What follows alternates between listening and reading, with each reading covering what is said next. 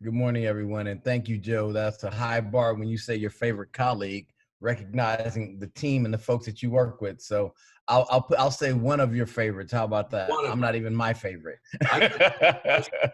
Too many favorites. Good morning, everyone, and thank you to everybody who's joining us from around the nation and possibly around the world. I'm Darin Earley. I'm a husband, a father, I'm an educator, and by God's grace, I, like you, have been given the opportunity to positively serve and positively impact others with whom I share this planet. You see a picture on the screen, and this picture kind of represents the two worlds from where I'm from, but it also speaks to the concept of community. To your left, you see Florence and Normandy, and those of you who are familiar with Los Angeles, that's the flashpoint of the LA riots in 1992. It's about maybe a half a mile from where I grew up, and it's a half a mile from the place where I first taught Horseman Junior High School. To the right, you see another picture that looks distinctly different. It's La Mirada Park. And that's the community that I live in right now. That community probably it's a middle-class suburban community. When we moved here, it had 47,000 people. And, of those 47,000, there were probably about 10 Black people, and 5 of them lived at my house. That's a joke, but not really. The reality is just this, is that both of these places have shaped me, and I've been blessed to kind of shape both of these places. And I've learned from them, and hopefully they've learned from me. But these spaces have also made me think deeply about our guiding question for today's conference. And that guiding question, as Joe mentioned earlier, and as Kayla mentioned earlier, was how can we strengthen our communities to build a more thriving world? If you look at the conversation, if we're wondering why this question is important, we got to kind of look at the data. And in 2018, the National Survey of Health Attitudes by the Robert Woods Johnson Foundation, they reported that only 11% of adults in America felt a strong sense of membership in their communities.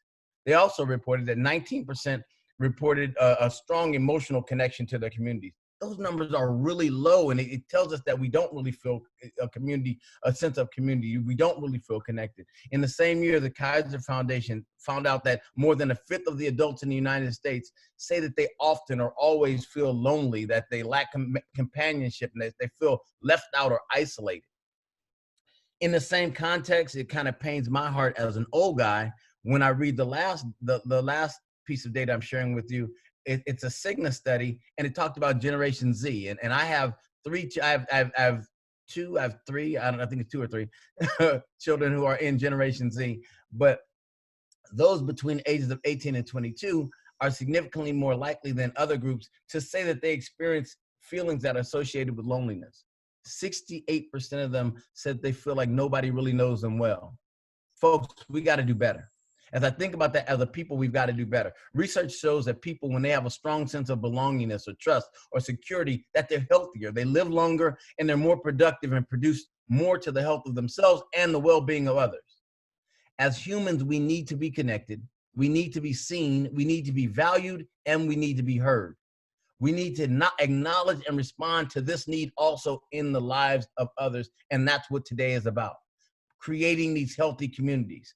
In the midst of a pandemic, which has produced fears and concerns, loss of lives, an economic downturn, quarantines with an extended stay-at-home order, political discourse and political discord, I want to answer the question, how can we strengthen our communities to build a more thriving world with the word of hope?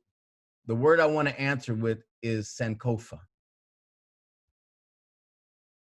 Some of you may be familiar with this concept of Sankofa, but Sankofa is a word in the Twi language of Ghana, and it translates to go back and get it. More specifically, this word means it is not taboo, or there's nothing wrong to fetch what is at risk of being left behind.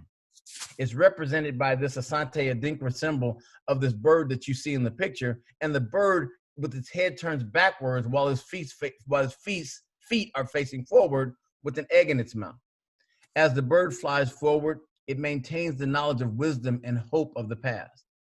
I believe the message of Sankofa is that we can strengthen our communities and build a more thriving world by learning from our success and our failures of the past.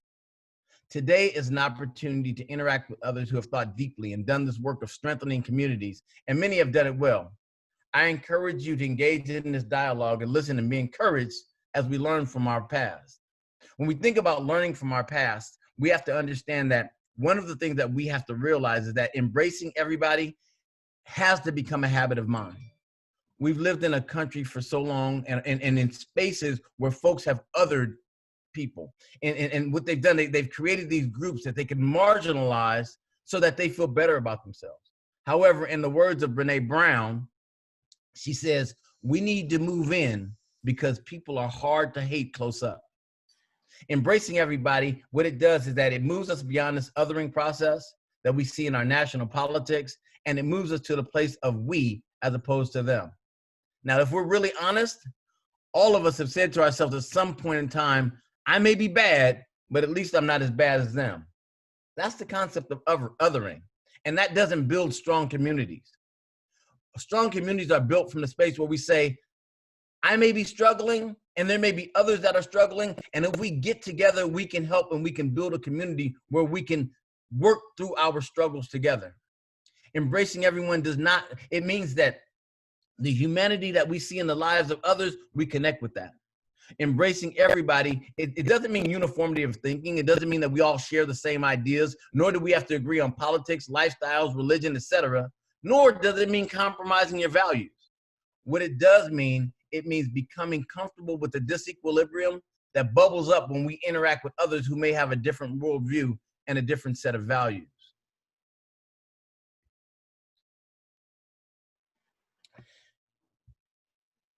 David T. Sue, a social scientist, he's the author of this book you see here, Untethered. And Untethered proposes some ideas that we can do to kind of create community. And I want to kind of leave us with a few thoughts as it relates to some things that Sue said. In solving America's increasing sense of isolation, one of the things he spoke about is we need to advocate for the most isolated and marginalized people groups among us, not just around race, but around gender and around economics and around social status and around ability. It's really huge that we begin to say, I'm going to be an advocate for others because, folks, I want to remind you that you are at your best when you are making others better. The second thing is just this, is that to decrease or to solve the sense of isolation is that we have to become passionate community builders from every sector. Education, business, medical. And right now what we're seeing with this pandemic is that folks are having to unite to solve it, because if we don't unite, we won't solve it. He also talks about innovation, and we have to, those of us who are in this conference today, we have to think innovatively. One of my favorite books is The Innovator's DNA, and it talks about just how we have to look at old problems through a new lens. We have to be committed to that. We need to have funding. And I thank you for folks even that Joe has identified who are visionary funders that want to advance this agenda of connecting people virtually and practically. That's really important. And then I know online today we have artists and folklorists and storytellers, and we need you because you have the gift to continue to reveal our condition and to challenge us to move forward. And so as we think in terms of solving this issue around creating community, around developing, becoming more of a us than a them, more of a us than a non-us, I want to leave you with 4 words. The words I won't give you, that was fine, Kelly. The words I won't give you, but I'll give you these 4 letters, is CPFH.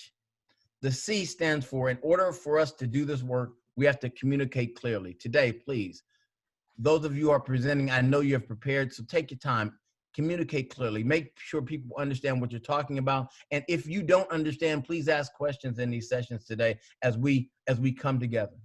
The P stands for patience. We have to be patient with this process. There is a sense of urgency, but we also have to be patient with the process, knowing that we may stumble, know that we may not all get it all right the first time, but we have to keep working through that.